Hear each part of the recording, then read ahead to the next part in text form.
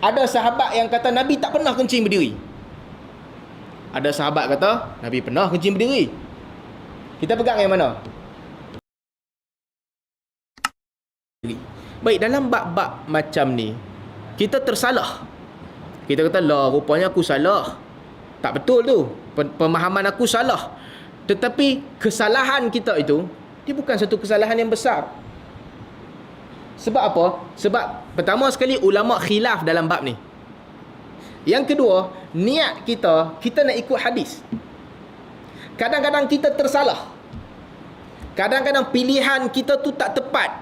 Tapi asal kita berpegang kepada pandangan tu adalah apa? Kita nak mengikut hadis Nabi sallallahu alaihi wasallam. Tentu kita dah betul.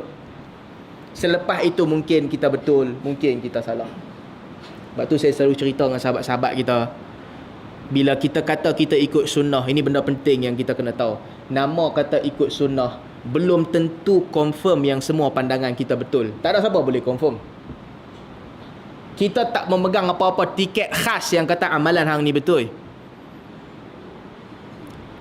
Orang nanti ini kita cerita-cerita sudah, kita cerita perkembangan sunnah dan sebagainya.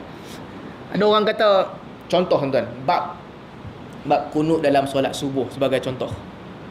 Sebahagian sahabat yang belajar hadis, bila dia baca hadis, dia tengok sebahagian besar sahabat lepas kewafatan Nabi SAW tak baca kunut. Lepas tu bila dia sahabat sebahagian mereka tak baca kunut, dan mungkin dia baca pula kitab fiqh, dia tahu Imam Ahmad dan juga Imam Abu Hanifah tak baca kunut. Imam Syafi'i baca. Pada dia kata, aku tak mau baca kunut solat subuh. Sebab apa? Sebab dia kata ini bukan sunnah, sebab Nabi tak buat kunut secara tetap. Jalan dia tu betul. Jalan dia apa? Dia baca hadis, dia tengok perkataan para sahabat. Tetapi hukum dia tu belum tentu dia betul. Dalam bab hukum belum tentu dia betul. Boleh jadi, ni nak cerita boleh jadi ni, boleh jadi Nabi buat kunut. Nabi buat kunut, ada sahabat nampak. Nabi buat, kadang-kadang Nabi solat tak buat kunut, sahabat yang lain tak nampak, dia pun kata Nabi tak buat kunut. Jadi dalam kes ni macam mana? Kita kata kalau ini kemungkinan dia, kita kata kadang-kadang Nabi buat kunut, kadang-kadang Nabi tak buat kunut. Dua-dua betul. Itu satu kemungkinan. Kata Al-Imam Syafi'i rahimahullah dalam bab kunut ni, Imam Syafi'i kata isbatkan sesuatu tu, isbat ni maksud dia menetapkan sesuatu itu dipegang lebih daripada menafikan. Maknanya kalau sahabat kita ni mai, dia duduk tepi masjid lama, dia kata lori tak lalu kat sini tadi. Aku duduk sini lori tak lalu. Mai sahabat seorang lagi, dia kata dak, lori lalu aku nampak. Dua-dua orang ni dipercayai. Kita pegang apa? Lori lalu ke tak lalu? Kita pegang lori lalu. Sebab yang kata lori tak lalu ni, dia bercakap berdasarkan ilmu dia. Dia tak nampak. Yang kata lori lalu ni, dia nampak lalu. Kalau dua-dua tu dipercayai, maknanya apa? Kesimpulan dia, lori memang lalu lah. Sebab dia ni nampak.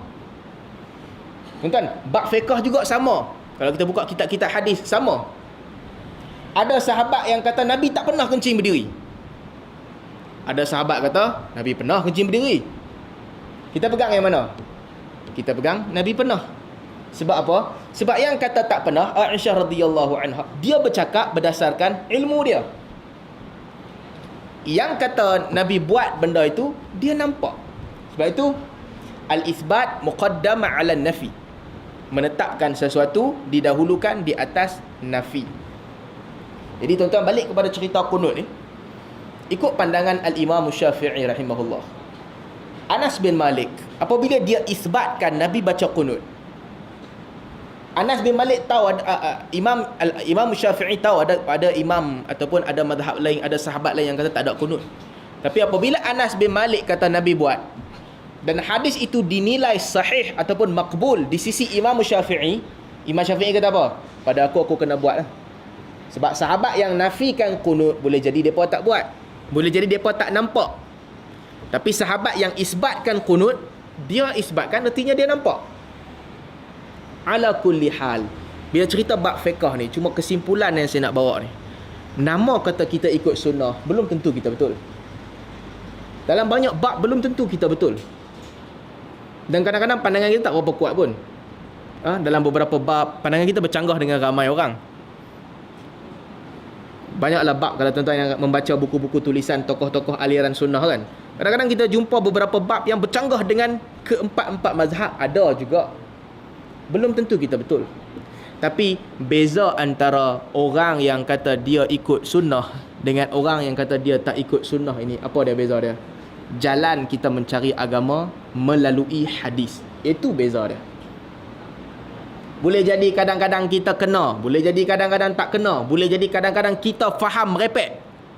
Boleh jadi fahaman kita merepek, tak kena. Tetapi apabila kita melalui jalan mengikut sunnah Nabi sallallahu alaihi wasallam, yang tu namanya mengikut sunnah Nabi sallallahu alaihi wasallam. Jadi tuan-tuan, untuk permulaan ni saya berpesan kepada diri saya dan kita sekalian, sibukkan diri kita dengan mempelajari hadis. Sibukkan dengan mempelajari hadis. Lebih daripada benda-benda lain. Pastilah kita baca Al-Quran, itu benda paling utama. Tapi dalam bab kehidupan kita ni, banyakkan membaca hadis. Kadang-kadang ini masalah besar yang berlaku pada hari ini, bila banyak tokoh-tokoh bertelagah. Tokoh ni kata tokoh tu tak boleh pakai. Tokoh tu kata tokoh ni memang kami semua tak terima dah. Tokoh ni pula kata tokoh tu jumud. Tokoh tu pula kata tokoh ni terkeluar dah daripada aliran. Benda-benda begini berlaku. Apa pendirian kita? Nama kata kita mengikut sunnah. Tokoh itu tidaklah lebih besar daripada Nabi sallallahu alaihi wasallam. Tak ada tokoh lagi besar daripada Nabi sallallahu alaihi wasallam. Orang berbeza pandangan ni semua pada kita. Kita kata tidak menjejaskan hidup aku walaupun sedikit. Sebab pada kita, kebenaran itu bukanlah terletak pada seorang manusia, melainkan Nabi. Selain daripada Nabi, boleh jadi dia betul, boleh jadi dia salah.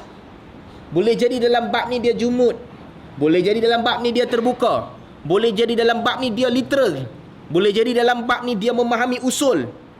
Tokoh itu belum tentu tepat. Tuan-tuan, inilah salah satu lagi beza antara orang yang mengikut sunnah dengan yang tak mengikut sunnah Nabi sallallahu alaihi wasallam.